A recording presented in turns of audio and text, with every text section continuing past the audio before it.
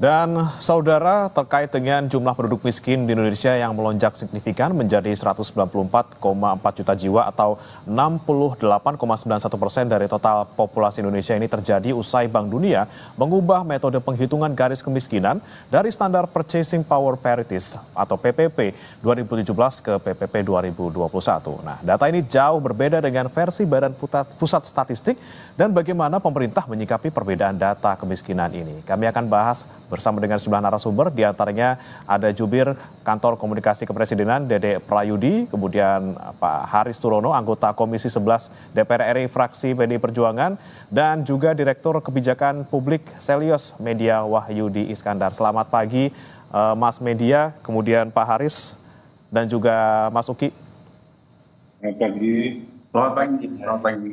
Ya, dan saudara, kami juga sudah mencoba untuk mengkonfirmasi ke BPS terkait dengan data ini, namun tanggapan dari BPS terkait hal ini masih sama, belum berubah secara data. Saya mau ke Mas Uki terlebih dahulu. Mas Uki, ini kan lagi-lagi kita dikejutkan dengan data kemiskinan di Indonesia yang kalau menurut Bank Dunia jadi naik ini di 68,91%. Sebelumnya di April di 60,3% gitu ya. Tapi kan angka 60% ini juga sangat jauh ya dibandingkan dengan data BPS di 8,57%. Nah, dari kantor kepresidenan sendiri seperti apa menanggapinya? Apakah memang ini diterima gitu ya data yang disampaikan oleh Bank Dunia? Apakah menurut Anda sudah tepat? Ya, sebenarnya kan kalau data itu kan produk sains, maka harus disikapi juga secara saintifik. Dan setelah kami menelaah data dari Bank Dunia tersebut, kami melihat bagaimana data tersebut didesain, kami melihat apa yang menjadi tujuan data tersebut diadakan, maka kemudian kami merasa bahwa data Bank Dunia dengan data BPS itu tidak perlu dipertentangkan. Jadi tujuan dari data Bank Dunia ini adalah memang untuk melakukan komparasi internasional, komparasi antar negara, untuk menangkap global poverty, itu bukan untuk menangkap potret kemiskinan di masing-masing negara. Oleh karena itu Bank Dunia menyeragamkan nih, mau dia dulu $3 kayak garis kemiskinannya, nggak lama kemudian diganti lagi menjadi $6, nggak lama kemudian diganti lagi menjadi $8. Silakan untuk dibuat sebagai bahan exercise menurut standar kemiskinan Bank Dunia, ya. Tapi satu hal yang harus diingat, kalau misalnya kita memakai standar kemiskinan yang sama di semua negara di dalam satu kategori, ya, ini cara tersebut tidak bisa menangkap karakteristik lokal, apalagi tidak bisa menangkap potret kemiskinan di suatu negara. Tentu saja misalnya ya, harga beras di sini dengan di Amerika Serikat berbeda. Tentu saja harga kopi di sini dengan di Eropa berbeda.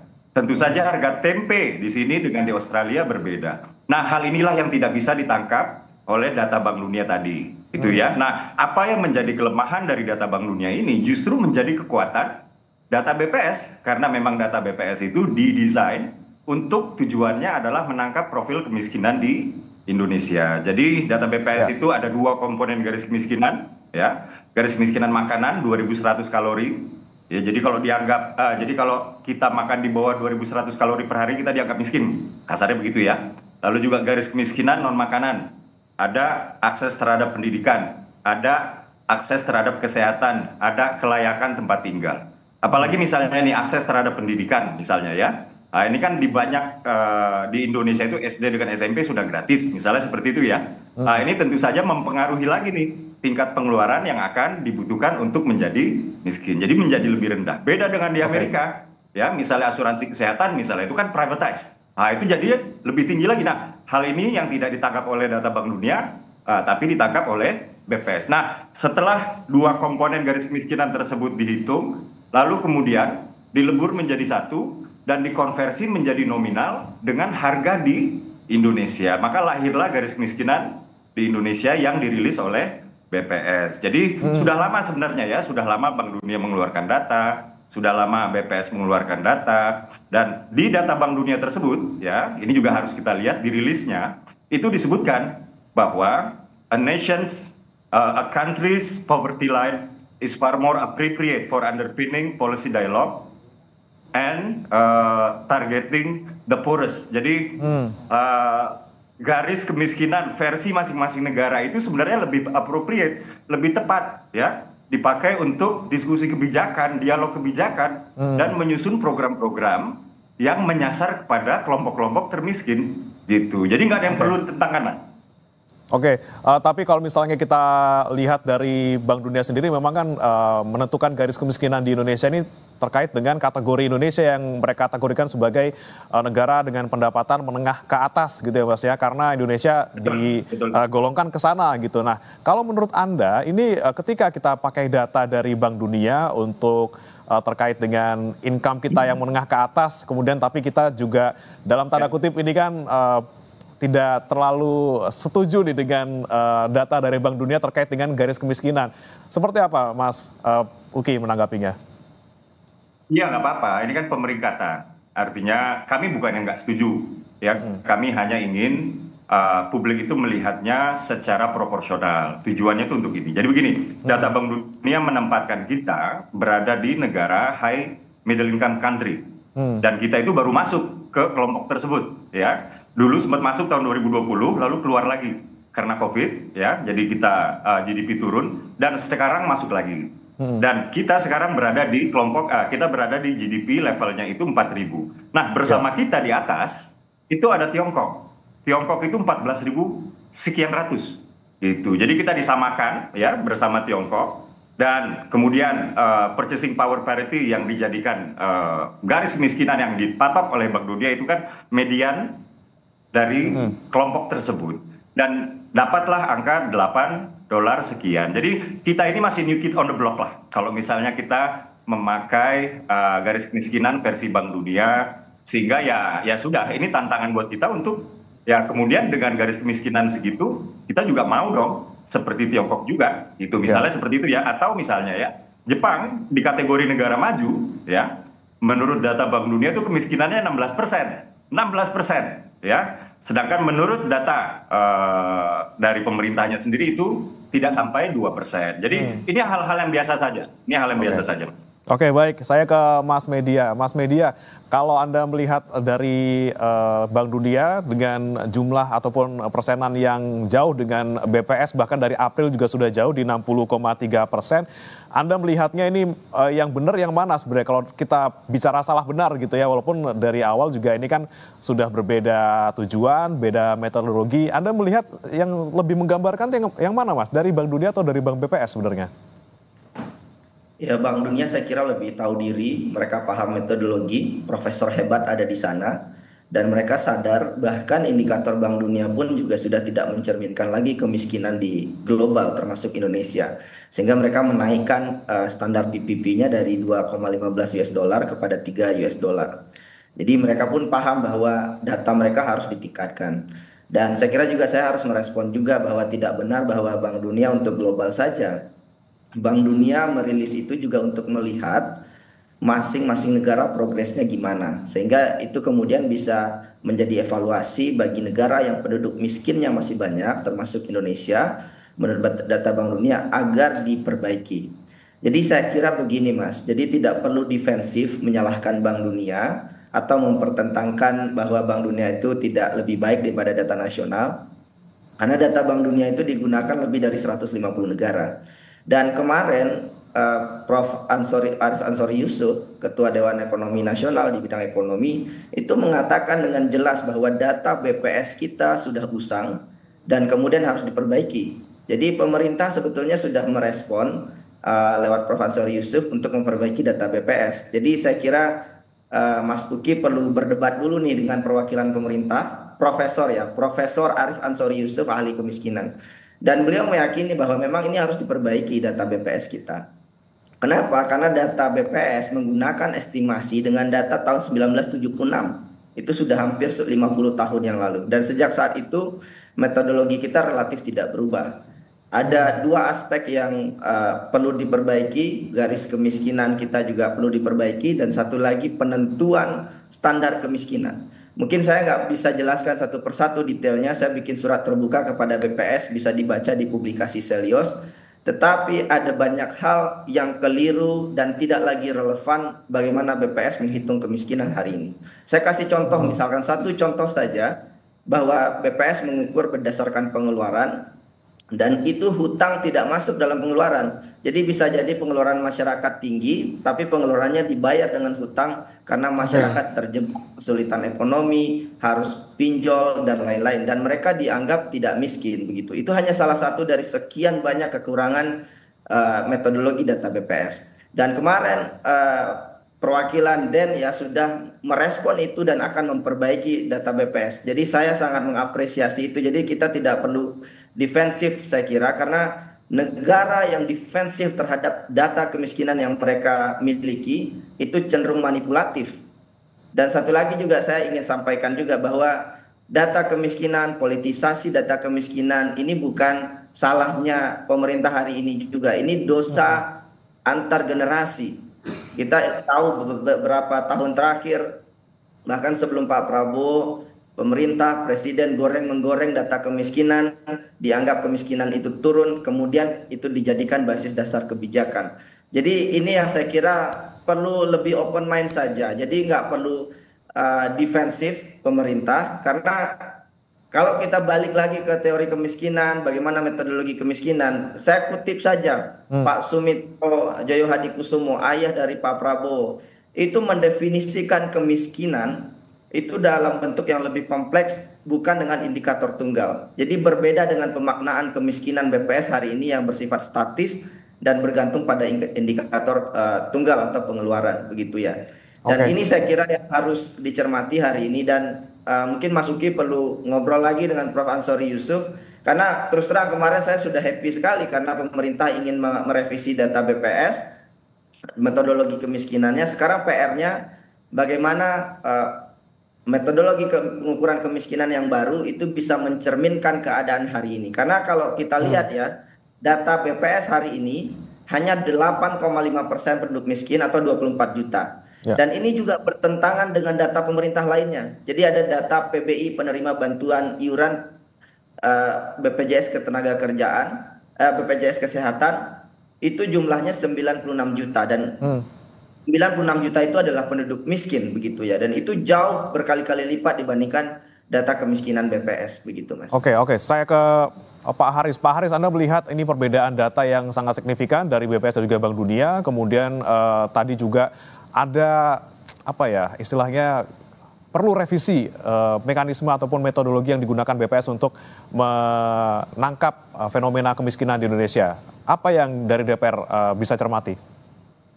Ya, kalau kita lihat memang standar yang dipakai oleh BPS sangat rendah, 595.000 per kapita per bulan. Ini angka yang sangat rendah ya menurut saya. Sehingga saya sepakat ya dengan Pak Nidya bahwa ini harus ditinjau ulang. Menghitung standar kemiskinannya ini harus ditinjau ulang. Tidak bisa hanya dilihat dari bahwa seseorang memenuhi kebutuhan 2.100 kalori per hari. Ya. Tapi mengenai data dari Bank Dunia ini juga menarik nih. Kenapa sih angkanya jadi tinggi sekali? Karena tadi memang Bank Dunia kan mengelompokkan standar kemiskinan itu berdasarkan kelas-kelas negara. Dan Indonesia baru naik kelas. Seperti dikatakan oleh Pak Uki. Naik kelas ke upper middle income trap.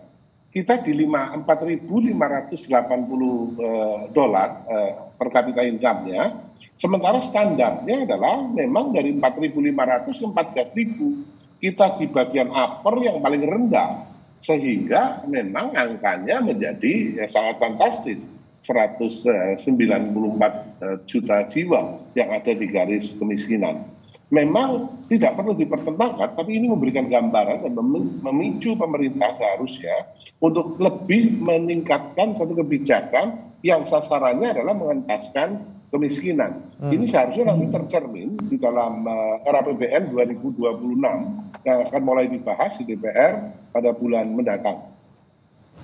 Oke, baik. Saya ke Mas Uki lagi. Mas Uki menanggapinya seperti apa?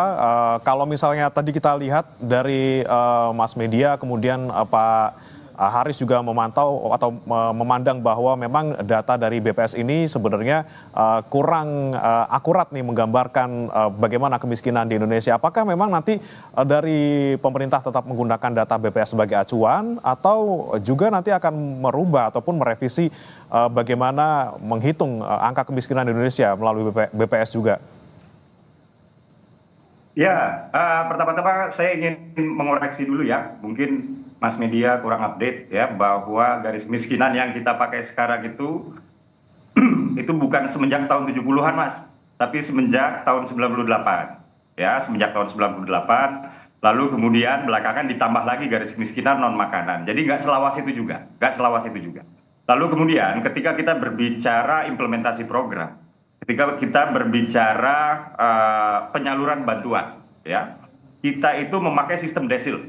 Kita memakai sistem desil, artinya desil 1 itu sekian persen terbawah, desil 2 sekian persen di atasnya, desil 3 sekian persen di atasnya, sampai dengan desil 9. Jadi nggak bisa kita mengatakan bahwa oh ini 90 sekian juta penerima bantuan iuran untuk BPJS, maka mereka disebut miskin sesuai dengan standar BPS. Jadi standar BPS ini memang tujuannya adalah untuk mengukur juga ya, untuk mengukur misalnya sekarang kemiskinan sekian, lalu ada intervensi pemerintah, lalu kemudian setelah itu kita mendapatkan angka berapa. Nah, masuk kepada usulan-usulan untuk revisi ya, usulan-usulan untuk revisi.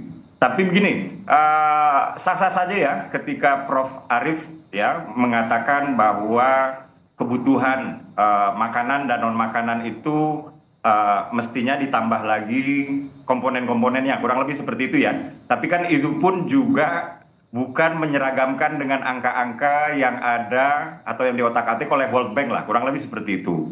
Dan pemerintah di sini tidak defensif, bahkan pemerintah sendiri mengatakan bahwa data-data dari Bank Dunia ini memang sudah beda tujuan, jadi tidak perlu dipertentangkan. Kalau kita terbiasa ya menghadapi data, tentu saja kita sama-sama tahu data dengan tujuan yang berbeda, maka desainnya berbeda ya. Kita bandingkan dengan sebelahnya yang juga sama-sama berbeda, tentu nggak bisa dipertentangkan. Demikian, Mas.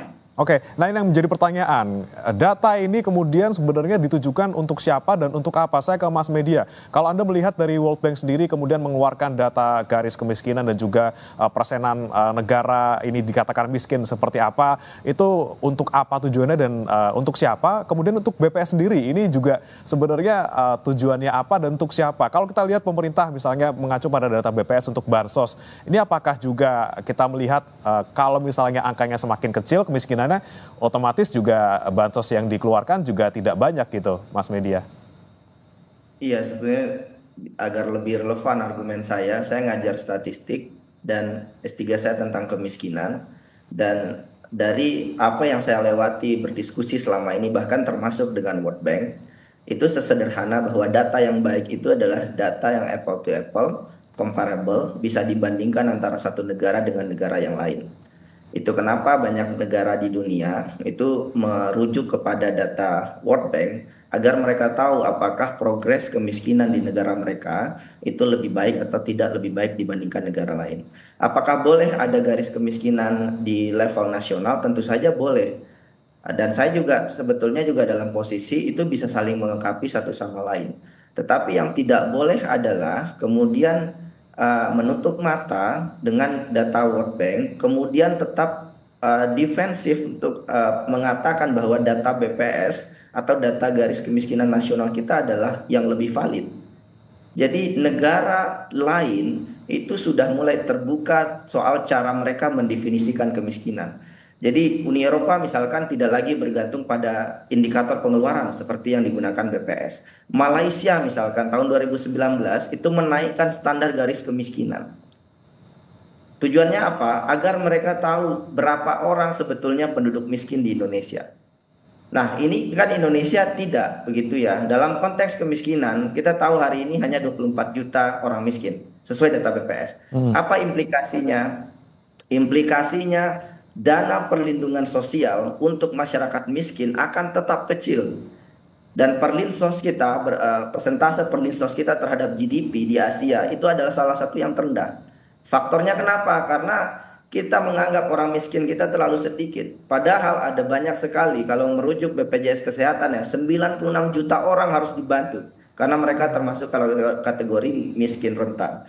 Itu ya, jadi saya sebetulnya dalam posisi ini adalah soal kemiskinan ini adalah ruang dari teknokrat. ruang dari teknokrat. Saya lebih paham, lebih percaya apabila teknokrat pemerintah yang berbicara soal metodologi kemiskinan ini. Makanya kemarin ketika Prof. Ansori Yusuf berbicara soal kemiskinan BPS perlu dirubah, saya terus terang memiliki harapan di sini bahwa ini akan ada perubahan.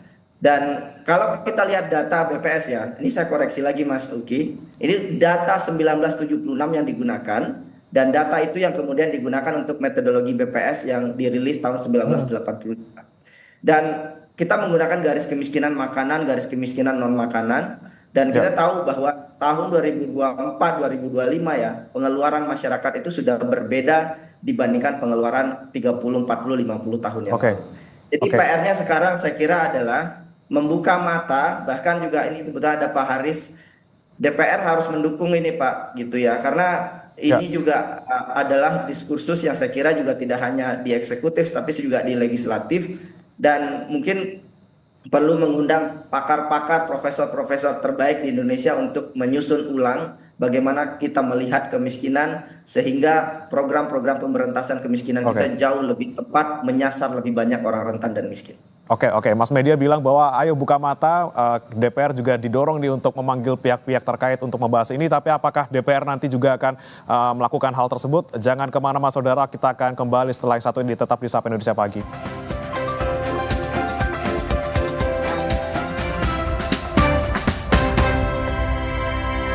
Dan masih bergabung bersama kami 3 narasumber. Saya ke Pak Haris terlebih dahulu. Pak Haris, apakah dari DPR ini sudah punya rencana untuk memanggil pihak-pihak terkait, misalnya salah satunya BPS, untuk membahas terkait dengan perbedaan data ini dan sekiranya ke depannya apakah bisa diperbaiki metodologinya dan juga bisa menangkap sebenar-benarnya fenomena kemiskinan di negara kita? Ya, pada saat ini kan anggota DPR RI sedang mengalami masa reses ya. Kita akan kembali lagi pada tanggal 24 Juni ini. Dan tentu ini kita akan koordinasi ya dengan teman-teman untuk mengundang BPS dan mempertanyakan mengenai hal ini. Tadi yang Pak Uki katakan bahwa memang harga beras di Indonesia dengan di negara lain berbeda, demikian pula harga kopi. Ini sudah diakomodir sebenarnya Pak Uki, karena data yang digunakan Bank Dunia kan menggunakan PPP, di mana $1 kan kira-kira di bawah 6.000 perak, sementara pada realnya kan $1 sekitar 16.000. Nah, memasuki masa sidang depan, kita akan fokus pada pembahasan RAPBN 2025. Nah, di dalam pembahasan ini tentu saya ada pada Komisi 11, kita akan dukung ya, APBN-nya adalah APBN yang memang mendukung untuk pengentasan kemiskinan, sehingga dukungan kepada sektor-sektor UKM dan kalangan masyarakat bawah tanpa mengabaikan investasi dan lain-lain, ini menjadi hal yang sangat penting. Demikian pula kita akan dorong ya Bank Indonesia sebagai pengendali kebijakan moneter, agar Bank Indonesia juga mendukung, karena kalau hanya APBN-nya saja tanpa ada dukungan dari kebijakan moneter yang pro-growth, maka pertumbuhan 5,2 sampai 5,8% yang dicanangkan oleh pemerintah, yang indikasinya sudah dibicarakan, maka tidak akan tercapai. Apalagi kita tahu Bank Dunia kemarin merevisi pertumbuhan ekonomi Indonesia dari 4,8 menjadi 4,7. Sehingga ini akan kita bahas dan kita tentu akan mendukung. Intinya adalah kami mendukung pemerintah untuk mencapai pertumbuhan yang tinggi dengan sasaran dalam mengentaskan kemiskinan. Oke, baik. Saya kembali ke Mas Uki lagi. Ini kalau kita misalnya, let's say nanti metodologinya diubah, kemudian kita mendapatkan data yang sebenarnya dari BPS, kemungkinan bisa jadi akan bertambah gitu ya, di atas 8,57%. Ketika nanti misalnya memang ternyata angka kemiskinan kita lebih jauh daripada 8,57%, bagaimana kesiapan dari pemerintah misalnya untuk kemudian memberikan bantuan sosial? Apakah kita punya cukup berangkas gitu ya untuk bisa mengcover semuanya? Sementara sekarang kita juga untuk penyaluran terhadap 16,5 juta penerima manfaat ini juga masih terkendala validasi datanya nih, Mas Uki. Seperti apa? Ya, jadi saya jawab satu-satu ya. Pertama terkait dengan validasi data. Sebenarnya sudah diluncurkan ya sebuah data baru yang kami sebut data tunggal sosial ekonomi nasional. Jadi kalau dulu itu setiap kementerian punya datanya masing-masing, BPS juga punya datanya sendiri. Dan biasanya kementerian memakai datanya masing-masing, tapi kemudian di lapangan kondisinya berbeda. Jadi kalau dulu ya data penyaluran misalnya ya, itu diambil datanya oleh tokoh lokal, tokoh setempat. Nah, ini bisa menimbulkan bias kekerabatan sosial. Misalnya saya yang mengumpulkan data, lalu kemudian katakanlah mertua saya nelpon gitu ya, ibu juga mau, lalu kemudian si ibu dapat, kemudian kawan-kawannya tahu juga nitip ke saya, dan ini kerap terjadi dulu ya. Jadi kalau dulu itu sering kita lihat orang punya motor 3, dia dapat kartu Indonesia Sehat. Orang punya mobil, anaknya dapat program Indonesia Pintar dan lain-lain. Nah, sekarang diambil oleh profesional data tersebut, yaitu oleh BPS, dan kemudian BPS memvalidasinya, lalu kemudian memverifikasinya, turun lagi ke lapangan, bahkan sampai dengan di foto. Kurang lebih seperti itu ya. Dan penyaluran bansos ini berjalan di bulan Juni dan Juli. Nah, itu soal data. Nah, soal anggaran sendiri, sebenarnya anggaran Perlinsos kita itu sudah cukup besar, yaitu sudah tembus di atas 500 triliun rupiah.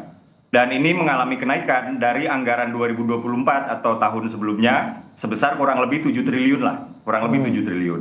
Nah, ini tapi kita nggak bisa melihat Perlinsos itu adalah bansos ya. Kita tidak bisa melihat Perlinsos itu adalah bansos. Jadi perlindungan sosial itu adalah bansos dengan jamsos.